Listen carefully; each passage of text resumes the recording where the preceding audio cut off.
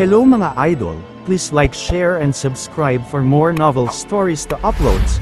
Diyos ng Digmaan, JC Entertainment. Bago tayo magpatuloy, shout out po sa inyong lahat mga idol, sa patuloy na pagsuporta sa ating YouTube channel. Maraming salamat po. Kabanata 2211. Malabo nang may nakita si Jack na kumikislap sa ibabaw ng Dallas Days. May isa pang dumating. Sabi ng isa, lumingon si Jack at nakita ang isang grupo ng mga taong nakatayo sa paligid. Mabuti na lang at sapat ang lapad ng lugar. Mas malapad ito kaysa sa plaza sa harap ng lugar ng pagtitipon para sa roll call sa Dulce Sovereign Pavilion. Tinatayang kasya ang lugar na iyon nang hindi bababa sa 10,000 tao. Bahagyang nanginginig ang kanyang mga kamay. Biglaan ang lahat ng nangyari kaya hindi maintindihan ni Jack. Isang segundo ang nakalipas, nasa sitwasyon siya ng buhay o kamatayan at handa ng mamatay, ngunit sa sumunod na segundo, natagpuan niya ang kanyang sarili sa isang hindi pamilyar na lugar kasama ang mga hindi pamilyar na mukha na nakatayo sa paligid niya. Bagamat iba ang pananamit ng mga tao roon, nahulaan ni Jack mula sa kanyang pangkalahatang pagkaunawa sa West Jersey State na ang ilan sa mga tao ay mula sa Thousand Leaves Pavilion, Modeled Origin Clan, at Dulce Sovereign Pavilion.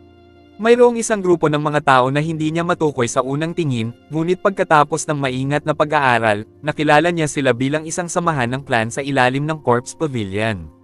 Gumawa si Jack ng magaspang na kalkulasyon sa kanyang isipan at tinansya na mayroong mahigit 100 tao na naruroon na halos kapareho ng kabuuang bilang ng mga taong pumasok sa Secret Place for Resources.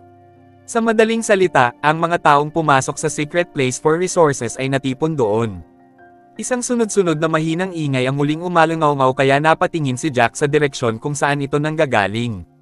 Doon, nakita niya ang ilang tao na nahulog mula sa ere patungo sa bukas na lupa na katulad niya. Natulala ang kanilang mga mukha, hindi alam kung paano sila napunta roon. Ano ba itong lugar na ito? Bakit ang daming tao rito? Kuya Kalam, bakit ka nandito? Saan pa ba ako dapat naroon? Hindi mo ba nakikita na lahat ng mga taong pumasok sa lihim na lugar para sa mga mapagkukunan ay nagtitipon dito? Nalaman ng mga bagong dating ang kanilang sitwasyon matapos ang isang maikling pakikipag-usap sa isang kakilala nila. Huminga ng malalim si Jack at agad na naghanap ng liblib na lugar para maiwasan ang pakikipag-ugnayan sa kahit sino roon. Gayunpaman, bago pa niya magawa iyon, nakarinig siya ng hikbi. Pangatlong kapatid, anong nangyari sa iyo? Paano mo natamo ang lahat ng mga pinsalang iyan? Ika-13 kapatid, gumising ka. Ligtas na tayo ngayon. Gumising ka na po. Lumingon si Jack sa pinanggalingan ng ingay at nakita ang dalawang malubhang sugatan na nakahandusay sa lupa. Ang tinatawag na 13th brother ay mapatla at wala ng buhay, malamang ay patay na siya dahil hindi gumagalaw ang kanyang dibdib. Kaya pati mga bangkay ay nalilipat dito, naisip ni Jack. Kumunat ang noo niya, at walang malay na hinanap ang lalaking nakamaskara. Ang lalaking nakamaskara na nakatayo 50 o 60 yarda ang layo kay Jack ay nakatitig sa kanya ng matalim gamit ang isang pares ng malungkot na mga mata. Kumaibot ang sulok ng bibig ni Jack, lihim siyang natutuwa na dumating ang kulay-abong enerhiya sa tamang oras. Kung hindi, baka siya ang patay na nakahandusay sa lupa. Mabuti na lang at mahihirapan siyang lumapit sa kanya dahil napakaraming tao roon. Kabanata 2212. Ano ang dapat kong gawin ngayon? Bakit nandito ang lahat? Ang tanging taong may kakayahang dalhin tayong lahat. Nandito dapat ang Panginoon ng mga lihim na lugar para sa mga yaman. Ano nga ba ang plano niyang gawin? Biglang sumagi sa isip ni Jack ang mga sinabi ni Elder Godfrey. Ang mga lihim na lugar para sa mga yaman ay malamang na isang lugar na minana na iniwan ng isang makapangyarihang hinalinhan. Ang dahilan kung bakit niya iniwan ang lugar ay upang mahanap ang taong mapagbibigyan niya ng kanyang kapangyarihan. Maaari kayang tama ang hula ni Elder Godfrey. Bigla, isang matandang boses na may walang kapantay na lakas ang sumabog sa tainga ng lahat. Lahat ng kuweba ng teleportasyon ay sarado. Kung gusto niyong bumalik, kailangan niyong hanapin ang labasan mismo.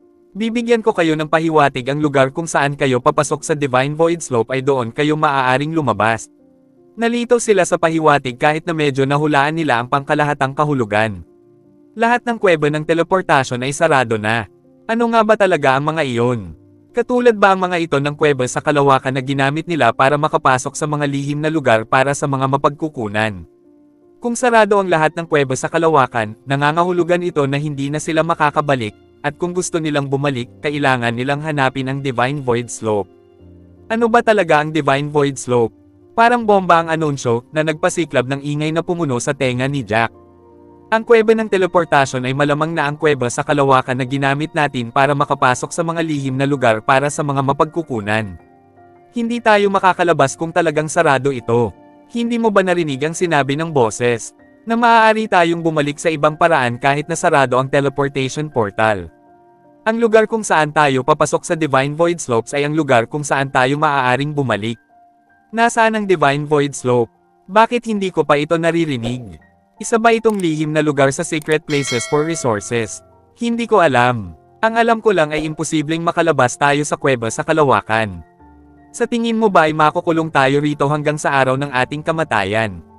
Sana hindi. Walang katapusan ng mga diskusyon. Lahat ay nag-aalala, makukulong kaya sila roon magpakailanman. Bakit isinara ang kuweba ng teleportasyon? Ano ang pangunahing layunin ng pagsasara ng kuweba ng teleportasyon? Lahat ng mga tanong na iyon ay pumukaw sa atensyon ni Jack. Nagtataka rin siya kung bakit kailangang isara ang kuweba sa kalawakan. Maaari kayang may masamang balak na nangyayari na hindi nila alam. Hindi binigyan ng matandang boses ang lahat ng oras para mag-usap bago ito nagpatuloy ng mahinahon. Nasa harap ninyo ang Divine Void Slope na may sukat na 3,000 talampakan, at ang kasalukuyan ninyong posisyon ay naglalagay sa inyo sa paanan ng Divine Void Slope. Magbubukas ang Divine Void Slope pagkalipas ng 2 oras, at lahat kayo ay dapat umakyat sa Dalles Disc. Makakasalubong ninyo ang isang Divine Void Warrior bawat 300 talampakan, na dapat ninyong talunin upang maipagpatuloy ang inyong paglalakbay. Kailangan ninyong talunin ang kabuoang 9 na Divine Void Warriors, at tanging ang nakarating sa tuktok ang makakatanggap ng malaking gantimpalang inihanda ng Divine Void Slope para sa inyo. Kabanata 2213. Biglang tumigil ang matandang boses. Labis na natuwa ang lahat ng mabanggit ang isang gantimpala. Ang paraan ng kanilang pagtitig sa tuktok ng Divine Void Slope ay parang lilipad pababa sa kanila ang gantimpala kung tititigan nila ito ng mabuti. Ang mga kumikinang na bagay na nakita ni Jack noon ay tiyak na ang gantimpalang binanggit ng matandang boses. Walang duda, ang mga bagay na iyon ay tiyak na may napakalaking halaga dahil naiwan ang mga ito ng Panginoon ng lihim na lugar para sa mga mapagkukunan. Tila gustong pukawin ng matandang boses ang gana ng lahat habang dahan-daang nagpapatuloy. Napakaraming gantimpala, hindi ko na ipapaliwanag isa-isa, pero babanggitin ko ang ilan sa mga mas karaniwan. May 10,000 soul pill, isang 8th rank spirited pill, Heaven Aroma Fruit, at 100 Soul Grass, parehong 7th grade Spirited Grass, at 5 Spirited Core ng mga halimaw sa Divine Solidifying Level. Nagkaroon ng ingay pagkalabas ng huling salita. Nanlaki ang mga mata ng lahat sa tuwa, at kinailangan nilang panasan ang laway sa kanilang mga bibig, habang ang kanilang mga matako na mata ay nakatuon sa tuktok ng Divine Void Slope. Madidagdagan ang kanilang mga contribution points kung ibebenta nila ang lahat ng rewards. Kahit ang isang elder ay mag-aaway-away dahil sa isang tableta para sa ika-8 baitang, ganoon talaga kahalaga iyon. Namumula ang mga mata ng mga tao roon, habang ang iba naman ay nahihirapang huminga. Karamihan sa mga tao roon ay lubos na nagtitiwala sa kanilang sariling kapangyarihan, at pakiramdam nila ay sila ang mauunang makarating sa tuktok. Gayunpaman, mas kalmado si Jack, dahil may iba pa siyang iniisip. Nagkataon lang ba na ang Dalles Disc na ito sa harap ko ay pinangalan ng Divine Void Slope? Pagkarating niya sa West Cersei State, natuklasan niyang maraming bagay ang talagang may kaugnayan sa Divine Void World, at ngayon ay kailangan niyang akyatin ang Divine Void Slope at labanan ang multo ng Divine Void Warriors. Masyadong nagkataon ang lahat para sa kanya, at kung hindi ito nagkataon lamang, nangangahulugan ito na ang lihim na lugar para sa mga yaman ay hindi mapaghihiwalay na konektado sa Divine Void World. Bigla niyang naalala ang eksena sa Cliff of Sorrows, ang hanay ng mga patibong ng Ten Absolute na hindi dapat lumitaw sa mundong ito, at ang bangkay na nakaukit ng mga ron sa labas ng hanay ng mga patibong. Ang lahat ng iba't ibang palatandaang ito ay nagpapahiwatig na ang West Cersei State ay tiyak na nauugnay sa Divine Void World noong sinaunang panahon. Huwag kang masyadong matuwa agad. Pagkatapos mong akyatin ang Divine Void Slope, ang mga kasanayan sa martial arts na ginagamit mo para ma-activate ang iyong internal energy ay mapipigilan hanggang sa isang antas, sabi ng matandang boses. Pakiramdam ng lahat ay may nakatagong kahulugan sa likod ng mga salita, at sinimulan nila itong pag-isipan. Agad na nanlaki ang mga mata ni Jack, at may pumasok na ideya sa kanyang isipan, ngunit hindi siya sigurado kung totoo iyon. Nagpatuloy ang matandang boses, bibigyan kita ng 2 oras para magpahinga. Magbubukas ang Divine Void Slope pagkatapos ng 2 oras. Tandaan, lahat ay lalaban sa siyam na Divine Void Warrior sa bawat 300 talampakan na iyong aakyatin. Pagkatapos sabihin ito, tumahimik ang matandang boses na parang hindi ito kailanman nagpakita. Lahat ay magkakaroon ng 2 oras na pahinga. Karamihan sa kanila ay hindi na kailangan ng oras para magpahinga dahil hindi sila nakakonsumo ng anumang enerhiya sa oras na naroon sila. Sa halip, ginugol nila ang kanilang oras sa pag-uusap tungkol sa mga paksang tulad ng pag-akyat sa Divine Void Slope, kung kanino nagmamay-ari ang matandang boses, ano ang layunin ng pagtatayo ng Divine Void Slope, at ano ang magiging pinakamagandang gantimpala sa tuktok. Kumunat ang noo ni Jack. Naglakad siya papunta sa Divine Void Slope at tumingin sa tuktok. Bago tayo magpatuloy, shoutout po sa inyong lahat mga idol, sa patuloy na pagsuporta sa ating YouTube channel. Maraming salamat po. Kabanata 2214. Habang natatakpan ng manipis na patong ng hamog ang Divine Void Slope, hindi niya matukoy kung ano ang bumubuo sa slope. Habang nakatuon ang kanyang mga iniisip dito, nakarinig siya ng isang malinaw na boses na biglang lumabas sa kanyang mga tainga. Ikaw ba si Junior Brother Jack? Biglang lumingon si Jack at nakita ang isang gwapong lalaki na nakasuot ng damit na Dulce Sovereign Pavilion na nakatayo sa likuran niya. Nakatingin ang lalaki kay Jack ng may mabait na mga mata. Matapos ang ilang pagpapakilala sa sarili, nalaman ni Jack na ang taong ito ay isang piling disipulo ng Dulce Sovereign Pavilion, si Nelson Lester. Mukhang mas malakas si Nelson kaysa kay Griffin. Itinuro niya ang isang lugar na 100 yarda ang layo sa likuran niya. Nagtitipon doon ang lahat ng mga disipulo ng Dulce Sovereign Pavilion. Bakit hindi ka sumama sa amin? Tumango si Jack. Bilang isang disipulo ng Dulce Sovereign Pavilion, maaaring apihin siya ng iba kung hindi siya sasali sa koponan. Upang maiwasan ang kanyang sarili na mapasama sa mga problemang ito, sinundan niya si Nelson sa lugar ng pagtitipon ng mga disipulo mula sa Dulce Sovereign Pavilion. Si Nelson ay nasa ika-4 na pwesto sa mga napiling disipulo at siya ang pinakamalakas na disipulo sa Dulce Sovereign Pavilion na ipinadala sa Secret Place for Resources. Nagtanong-tanong din si Jack para sa impormasyon ni Griffin at nalaman niyang nasa ika-9 na pwesto si Griffin. Nangangahulugan ito na siya ay nasa huling pwesto sa mga napiling disipulo. Nang madala ang lahat ng tao sa Divine Void Slope ng kulay abong kapangyarihan, marami sa kanila ang nakapasok na sa Secret Place for Resources ng maraming araw. Nakaranas na sila ng maraming mapanganib na sitwasyon. Kasama sa panganib ang mga halimaw na hayop at iba pang mga tao. Bukod sa Dulce Sovereign Pavilion, lahat ng iba pang sekta ay dumanas ng ilang pagkalugi. Gayunpaman, ang mga disipulo ng Dulce Sovereign Pavilion ay buo at wala ni isa sa kanila ang nasugatan. Matapos dalhin si Jack sa lugar ng pagtitipon ng Dulce Sovereign Pavilion, lahat ay tumingin sa kanya ng may kakaibang tingin sa kanilang mga mata. Tutal, hindi nila kilala si Jack dahil kamakailan lang ito sumali sa sekta. Bago siya naging huling disipulo ni Elder Godfrey, isa lamang itong informal na disipulo. Kung ikukumpara kay Jack, mas malapit ang kanilang relasyon sa isa't isa. Tutal, nasa tabi na nila ang isa't isa simula pa noong una. Ang mga taong pinakakilala ni Jack ay ang magkapatid na Olsen. Gayunpaman, silang dalawa ay may magulo na relasyon kay Jack. Akala ko hindi kita makikita rito pero mukhang napakaswerte mo talaga. Hindi ka pinatay ni Newman o nilamon ng mga halimaw gamit ang iyong intermediate stage innate level fighting powers, mahiwagang sabi ni Griffin. Nang magsimula siyang magsalita, ang iba pang mga disipulo ng Dulce Sovereign Pavilion ay tumingin sa kanila at ang kanilang mga mata ay nag-aalangan kina Jack at Griffin. Marami sa kanila ang nagtataka kung paano silang dalawa, na walang kinalaman sa isa't isa, ay naging magkaaway. Kumaibot ang mga sulok ng bibig ni Jack. Alam niyang hindi siya basta-basta bibitawan ni Griffin at tiyak na magsasalita ng masasakit na salita kapag nagbanggaan sila. Gayunpaman, hindi si Jack ang taong hahayaang tapakan siya ng iba. Patuloy na pinagmumultuhan siya ni Griffin at lalo lamang lalala ang sitwasyon kung hindi lalaban si Jack. Tumawa ng mahinahon si Jack at sinabing, ganito rin sa iyo. Natigilan si Griffin at tila tinamaan siya ng ilang sampal sa mukha nang marinig ang kanyang sinabi. Galit na galit si Griffin kaya't dumilim ang mukha niya. Bastard! Ang lakas ng loob mo. Malamig na tiningnan ni Jack si Griffin. Ano ba ang nasabi ko at nabigyan mo ako ng ganyang mga komento? Sinabi ko lang na, ganoon din ang nararamdaman ko.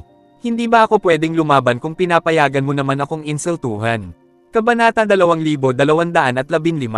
Ikinumpas ni Griffin ang kanyang mga manggas. Kung walang nakatayo sa harap niya, susugod sana siya para hawakan ang kwelyo ni Jack at sampilan ito ng 2 beses. Sa tingin mo ba ay hindi ako kikilos laban sa iyo gayong ilang beses mo na akong nilabanan? Kahit na nasa ilalim ka ng proteksyon ni Elder Godfrey, wala kang halaga sa amin, ang mga piling disipulo. Madali kitang mapapatay kung gugustuhin ko. Nagsalita si Griffin habang nagngangalit ang mga ngipin at parang lalamunan na niya si Jack. Malamig na tumawa si Jack. Bobo talaga si Griffin. Paano niya nasabi ang ganoong bagay? Ang pagpatay sa magkapatid na angkan ay isang mabigat na krimen at ang nagkasala ay parurusahan ng mabigat kahit saan pa ito mangyari. Gayunpaman, walang pag-aalinlangang binanggit ni Griffin ang bagay na ito. Tiyak na dumilim ang ekspresyon ng mukha ni Nelson nang marinig ang sinabi ni Griffin. Bigla siyang lumingon at nagsalita ng may galit, "Junior Brother Griffin, pakiusap, pansinin mo ang sinasabi mo. Paano mo nababanggit na walang pigil ang pagpatay sa mga kapatid mo sa angkan? Kung may anumang hindi pagkakasundo sa pagitan ninyo ni Junior Brother Jack, pag-usapan nyo na lang yan. Paano mo malalabanan o mapapatay ang mga kapatid mo sa angkan kung nasa secret place for resources tayo?" Hinikayat ng mga matataas na opisyal ng mga sekta ang mga away sa pagitan ng kanilang mga disipulo dahil ang matinding away ay maaaring magpahusay sa husay ng mga disipulo sa pakikipaglaban. Gayunpaman, ang pagpatay sa isa't isa sa labas ng sekta ay hindi mapapatawad. Tila takot na takot si Griffin kay Nelson. Kumunat ang noo niya at inikat ang tingin kay Nelson bago tumingin kay Jack. Tama si Senior Brother Nelson pero galit na galit ako sa kanya. Ginugulo ako ng lalaking ito kaya nagmamadali akong nagsalita. Napataas ang kilay ni Jack. Ang galing talaga ng lalaking ito sa pagpapanggap na mali ang katotohanan. Siya ang dahilan ng gulo kay Jack pero pinalabas niya na si Jack ang palaging nagdudulot ng gulo sa kanya. Kung mangyari ito sa ibang tao, baka wala silang ipagtanggol na sarili nila dahil madaling makakalimutan ang bagay na iyon. Gayunpaman, ayaw itong tiisin ni Jack. Lumingon siya at tumingin ng diretso kay Griffin. "Senior Brother Griffin, mali ka dahil ikaw ang palaging nagdudulot sa akin ng gulo. Bakit parang ako ang nagdudulot sa iyo ng gulo? Wala akong sinabi noong lumapit ako pero sarkastiko mo akong ininsulto. Ako ba ang nagdudulot sa iyo ng gulo? Kinurot ko ba ang bibig mo at pinasabi ko ang sinabi mo? Pinabulaanan lang kita sa pamamagitan ng pagsasabi na ganoon din ang nararamdaman ko para sa iyo at sumabog ka na parang pas ang natapakan ng buntot." Gulat na tumingin kay Jack ang lahat ng mga disipulo mula sa Dulce Sovereign Pavilion. Hindi nila inaasahan na magsasalita ng ganito kadiretso si Jack. Agad na tumingin ang mga taong nakapalibot sa kanila dahil interesado sila sa nangyayari. Mukhang hindi maganda ang magiging katapusan ng mga bagay ngayon. Galit na galit si Griffin kaya't dumilim ang ekspresyon ng kanyang mukha habang bahagyang nanginginig ang kanyang mga kamay. "Siguro gusto mong magpakamatay." Ngumisi si Jack. "Senior Brother Griffin, sumusobra ka na. Hindi ako kailanman nagnanais magpakamatay pero hindi ko pipigilan ang sinuman kung gusto nilang magpakamatay sa pamamagitan ng paglapit sa akin." Kumunat ang noo ni Nelson at walang magawang sumulyap kay Jack. Hindi inaasahan, si Jack ay hindi isang taong basta-basta hahayaan ito. Itinaas niya ang kanyang kamay para pigilan si Jack. "Dapat tumigil na kayong dalawa sa pag-aaway. Magkapatid kayo ng angkan at nasa pampublikong lugar tayo. Kung tatanggi kayong dalawa na tumigil, ire-report ko ang inyong mga ginawa sa pinuno ng sekta. Sa oras na iyon, kayo ang magdurusa sa mga kahihinatnan." Natigilan si Griffin sa pagsasalita nang marinig niya ang sinabi ni Nelson. Gayunpaman, labis siyang nagalit sa sinabi ni Jack. Kahit tumigil na siya sa pagsasalita, tinitigil niya si Jack ng matalim na parang gusto niyang kagatin ang isang piraso ng karne sa katawan ni Jack. Kabanata 2216. Walang pakialam si Jack sa tingin ni Griffin, lumingon at tumangging-tumingin sa kanya bago lumakad ng 2 hakbang pasulong upang makarating sa gilid kung saan nagtitipon ang mga disipulo ng Dulce Sovereign Pavilion. Wala siyang pagnanais na makialam sa mga taong ito at nais lamang niyang mapayapang maghintay na ma-activate ang Divine Void Slope. Ang interlude ay nagdulot ng malungkot na kapaligiran sa mga disipulo ng Dulce Sovereign Pavilion. Si Brooke, ang pinakamahusay sa mga formal na disipulo, ay sumulyap kay Jack bago ito lumingon at ngumiti sa iba. Ano ang ibig sabihin ng tunog na naririnig natin kapag sinasabi nito na ang alinman sa ating mga kasanayan sa pakikipaglaban na nangangailangan ng tunay na enerhiya ay mapipigilan? Natural na sumali ang mga tao sa usapan ng baguhin ni Brooke ang usapan. Sinabi ng kapatid ni Griffin na si Howard, "Sa tingin ko ay medyo simple lang. Sinasabi sa atin ng boses na kapag nakatapak tayo sa Divine Void Slope, ang martial skill na gagawin natin ay mapipigilan. Nangangahulugan ito na haharap tayo sa tiyak na pagtutol kapag nakipaglaban sa Divine Void Warrior." Tumawa si Nelson at umiling. Kung ganoon nga, pwede sana niyang nabanggit na mapipigilan tayo kapag umakyat tayo sa Divine Void Slope. Bakit niya binanggit na mapipigilan ang mga martial skill na nangangailangan ng pag-activate ng ating tunay na enerhiya? Malinaw na may nakatagong plano ang mga sinabi nila. Napataas ang kilay ni Jack nang marinig ang kanilang usapan. Mas lalo siyang napanatag sa ideyang pumasok sa isip niya. Kung tama siya, walang duda na ang Divine Void Slope ay may kaugnayan sa Divine Void World. Dahil may kaugnayan ito sa Divine Void World. Habang iniisip niya ito, nakarinig si Jack ng mga yabag na papalapit sa kanya. Lumingon siya at nakita ang 5 hanggang 6 na tao na papalapit sa mga lugar na pinagtitipunan ng mga disipulo ng Dole Sovereign Pavilion. Mula sa pananamit ng mga taong ito, alam niyang ang mga taong ito ay mula sa Muddled Origin Clan. Lahat ng mga disipulo mula sa Muddled Origin Clan. Alam ng Hilaga ang tungkol sa mga isyu sa pagitan ng Muddled Origin Clan at Dole Sovereign Pavilion. Kahit ang mga disipulo mula sa Timog ay nakarinig na ng masamang ugnayan sa pagitan ng parehong sekta. Tinitigan ng mga nakapalibot na tao ang mga disipulo mula sa Muddled Origin Clan nang makalapit sila sa lugar ng pagtitipon ng mga disipulo ng Dole Sovereign Pavilion. Ang taong nakatayo sa harap ay tila isa sa mga pinuno. Mukha siyang isang gwapong batang Panginoon dahil matangkad at maganda siya. Gayunpaman, mayroon siyang napakaseryosong ekspresyon sa kanyang mukha. Pamilyar na pamilyar si Jack sa taong nakatayo sa likod ng pinuno. Ang disipulo ng Muddled Origin Clan na kakampi niya, si Edric Law. Tila nasa masamang kondisyon si Edric. Nakabenda ang kanang kamay niya, at pailay-pailay siya. Namamaga ang kaliwang bahagi ng mukha niya, at halatang sugatan siya. Pagkamatay ni Frank, tumalikod si Jack upang tumakas. Tumakbo siya habang hinahabol siya ng lalaking nakamaskara at hindi niya nagawang pansinin ang iba. Walang ideya si Jack kung ano ang kinaharap ni na Edric at ng iba pa pagkatapos niyang umalis. Gayunpaman, mula sa hitsura ng mga sugat sa katawan ni Edric, alam ni Jack na hindi nila kayang labanan ang atake at nasugatan sila ng mga disipulo. Mula sa Corpse Pavilion, sumulyap si Edric sa mga tao mula sa Dole Sovereign Pavilion bago tuluyang tumingin kay Jack. Ayan si Jack White. Sabi ni Edric habang nakaturo kay Jack. Kumunat ang noo ni Jack at napaisip kung ano ang ibig niyang sabihin nang sabihin niya ito. Pinaikit ni Theo Garfield ang kanyang mga mata habang sinusuri si Jack. Pagkatapos ay sumulyap siya kay Nelson at binati si Nelson. Tumugon si Nelson sa pamamagitan ng pagtango na may ngiti sa labi. Alam niyang nandito ang taong ito na may masamang intensyon. Kung tutusin, imposibleng nandito ang kabilang partido para batiin siya dahil maraming problema ang kanilang sekta at ang Muddled Origin Clan. Bukod pa riyan, hindi nila lubos na kilala ang isa't isa. Gayunpaman, kailangan pa rin niyang gumawa ng mga kinakailangang pagpapakilala. Tumawa ng mahina si Nelson at itinuro ang lalaking nangunguna sa mga disipulo ng Muddled Origin Clan. Ito ang napiling disipulo ng Muddled Origin Clan, si Theo Garfield. Bago tayo magpatuloy, shout out po sa inyong lahat mga idol, sa patuloy na pagsuporta sa ating YouTube channel. Maraming salamat po. Kabanata 2217. Sumulyap si Nelson kay Jack nang may pagtataka bago ito nagsalita, ano kaya ang kinalaman mo sa pagbisita nila rito? Malamig nang umisi si Theo, alam niyang wala naman siyang sinabing nakakasakit. Sa halip tumingin siya kay Jack at sinabing, Kuya Jack, alam mo ba na namatay na ang ating Kuya Frank? Napangiti si Jack sa isip niya.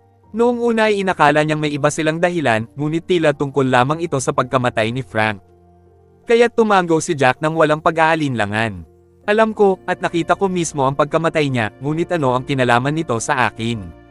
Hindi ako ang pumatay sa kanya. Parang may gustong sabihin si Edric pero agad niyang pinigilan ang sarili. Ngumisi si Theo. Mali ka, walang nakakita kung paano namatay si Junior Brother Frank, at ikaw ang pinakamalapit sa kanya noong nangyari iyon. Bukod pa riyan, may suman kayo ng loob, at walang maniniwala sa iyo kung sasabihin mong walang kinalaman sa iyo ang pagkamatay niya. Nanlamig ang ekspresyon ng mukha ni Jack nang marinig ang sinabi ni Theo. Ano ang ibig niyang sabihin doon? Sinusubukan nilang isisi ito sa kanya. Alam ni Jack kung paano namatay si Frank dahil si Frank ang naglagay ng sarili niya sa lahat ng gulo na iyon.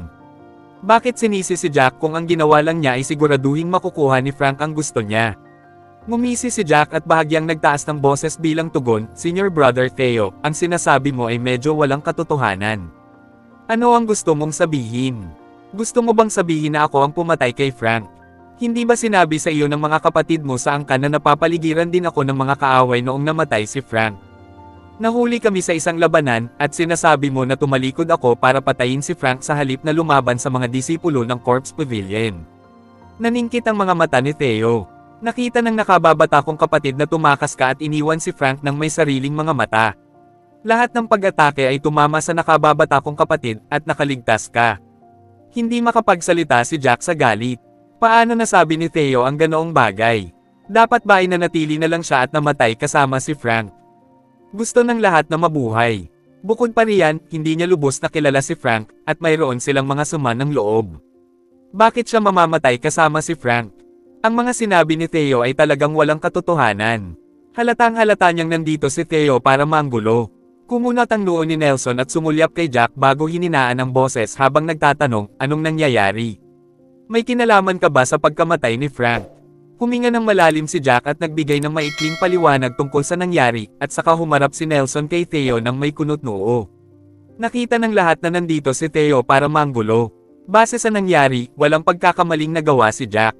Namatay si Frank dahil masyadong mabagal siya sa kanyang pagtatangkang tumakas, at wala itong kinalaman kay Jack. Bagamat hindi lubos na kilala ni Nelson si Jack, sila ay mga disipulo mula sa iisang sekta. Sinasadya ni Theo na nagdudulot sa kanila ng problema, at nangyari ito ng walang anumang dahilan. Senior Brother Theo, sumusobra ka na, sabi ni Nelson, mariing-mariin ang kanyang boses. Ang aking nakababatang kapatid na si Jack ay walang kaugnayan kay Frank, nagkataon lamang na sila ay magkakampi sa loob ng maikling panahon. Kabanata 2218. Naiintindihan naman natin na tatakbo tayo para sa ating buhay.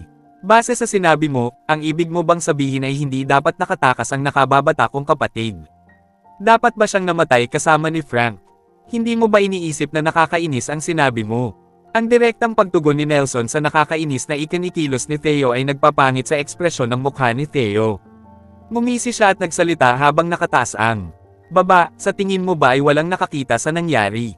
Sinadya kong tanungin ang disipulo ng Thousand Leaves Pavilion, si Heathby, tungkol sa nangyari. Nakita niya na nagkaroon ka ng pagkakataong lutisin ang atake ng kalaban bago ka makatakas, ngunit hindi mo ginawa.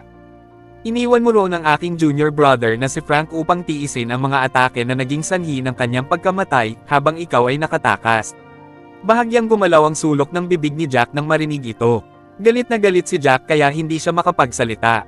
Tutal, makatwiran naman ang ginawa niya.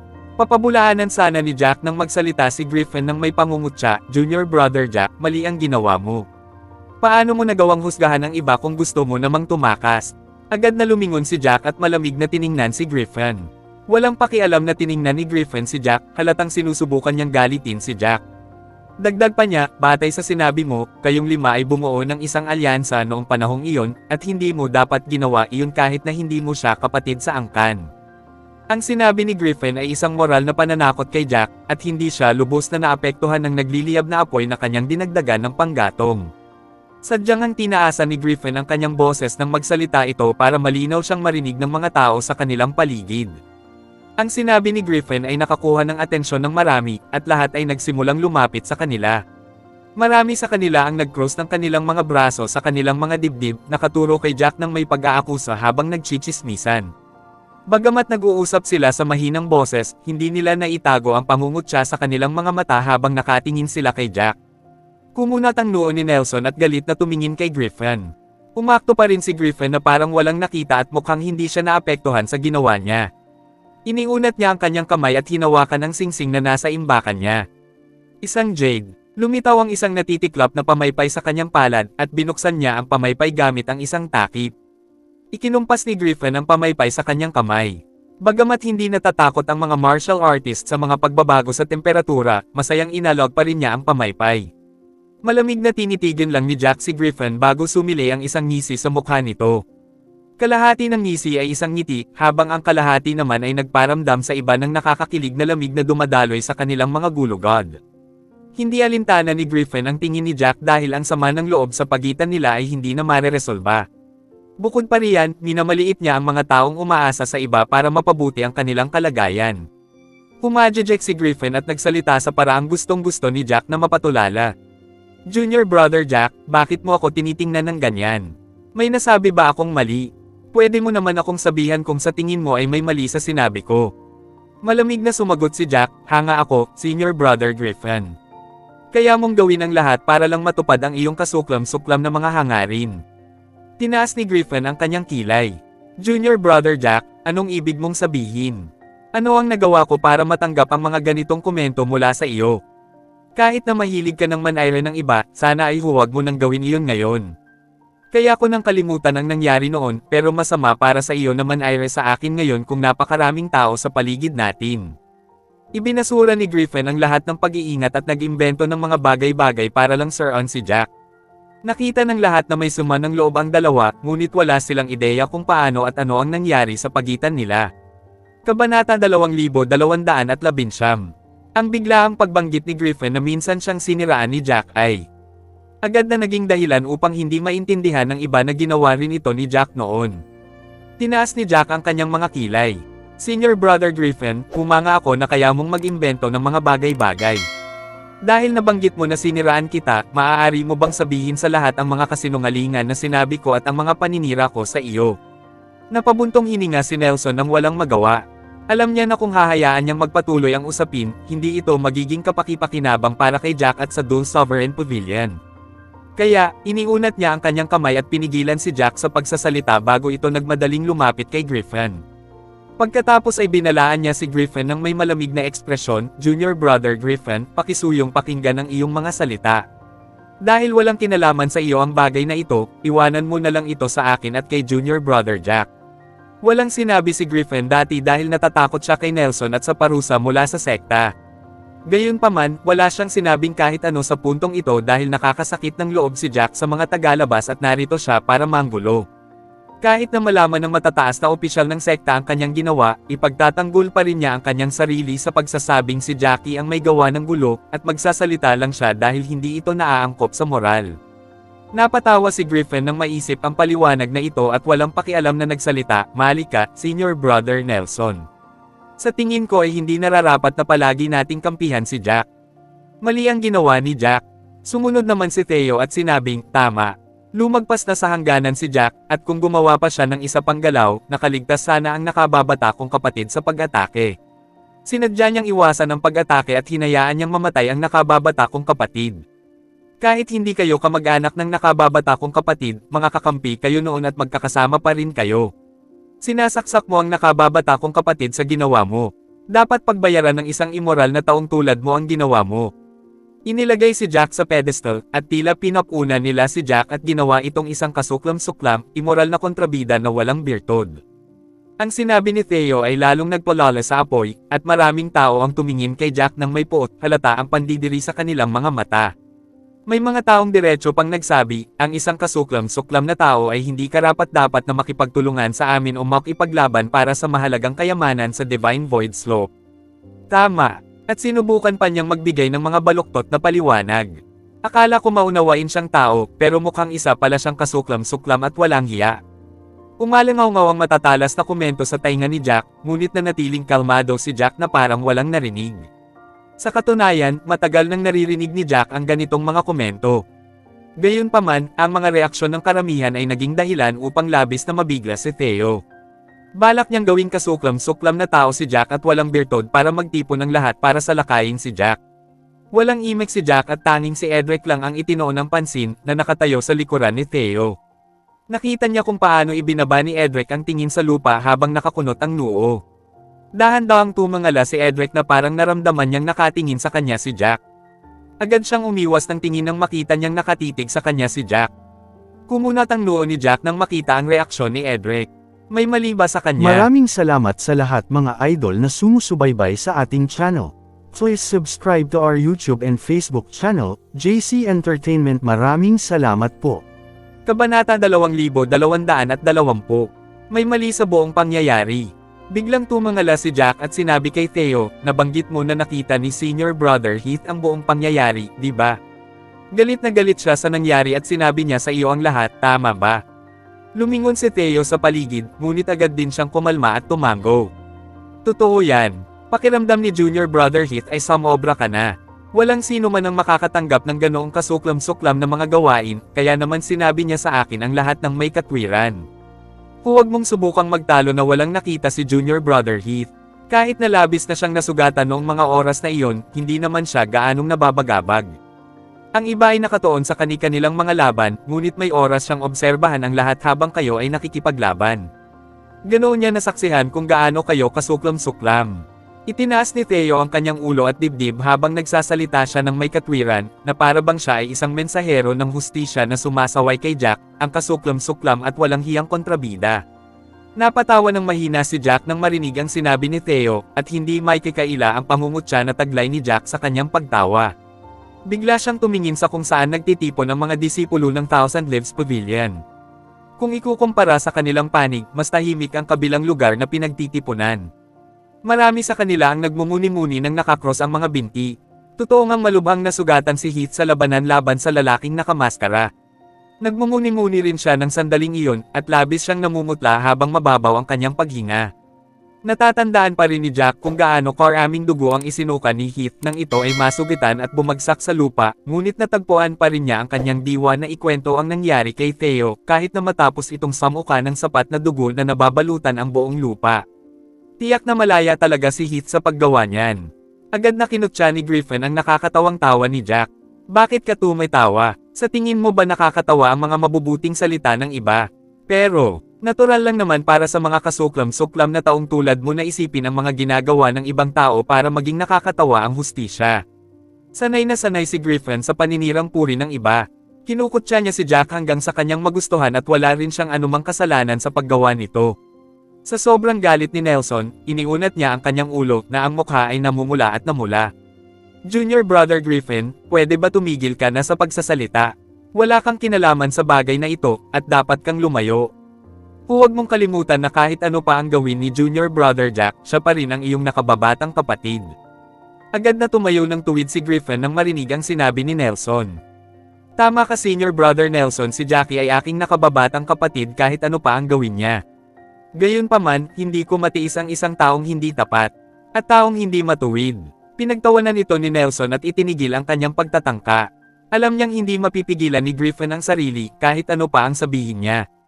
Hinayaan na lamang niya si Griffin na patuloy na magyabang. Bahagya lang nag-react si Jack nang harapin ang mga paratang at pangungutya ng mga tao sa paligid niya. Hindi naman naramdaman ni Jack na wala lang iyon, pero naunawaan niya ang mahalagang punto ng issue.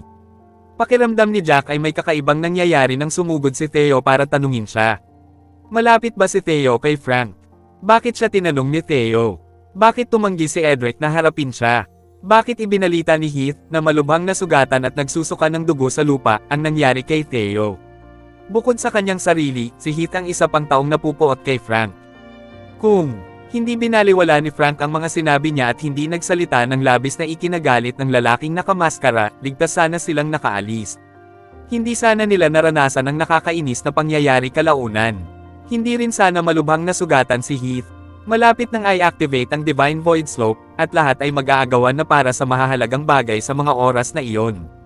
Malubha ang sugat ni Heath kaya wala siyang lakas ng loob na umakyat sa Divine Void Slope. Please subscribe and hit the notification bell for more novel stories. JC Entertainment.